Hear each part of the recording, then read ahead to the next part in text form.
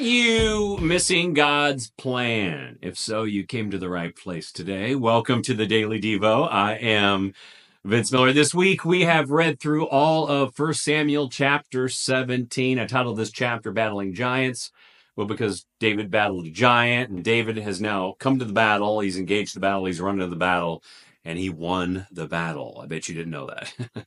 However, the last few verses replay the previous scene from King Saul's and Abner's perspective. So let's look at the additional details. And beginning in verse 55, reading down through verse 58, it states, as soon as Saul saw David go out against the Philistine, he said to Abner, the commander of the army, Abner, whose son is this youth?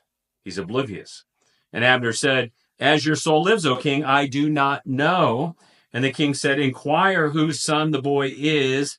And as soon as David returned from striking down the Philistine, Abner took him and brought him before Saul with the head of the Philistine in his hand.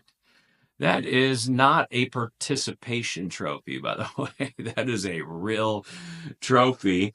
And Saul said to him, whose son are you, young man? And David answered, I am the son of your servant, Jesse the Bethlehemite.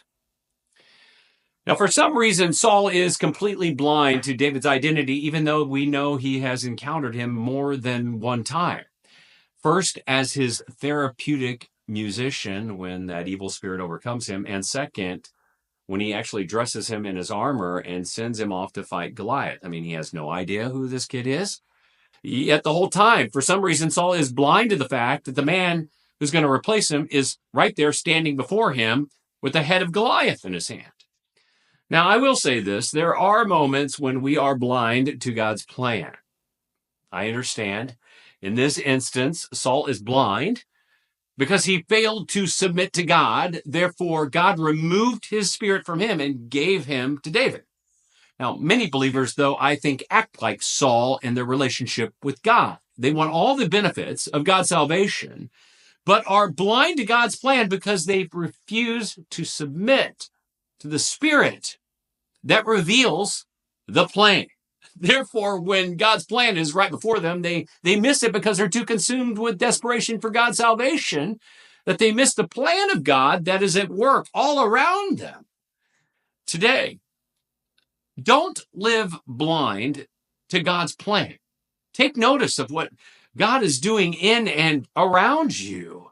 Just invite his spirit to speak to you and to give you direction today. Instead of focusing solely on your need for whatever, his salvation from your circumstances, try to see his work within those circumstances.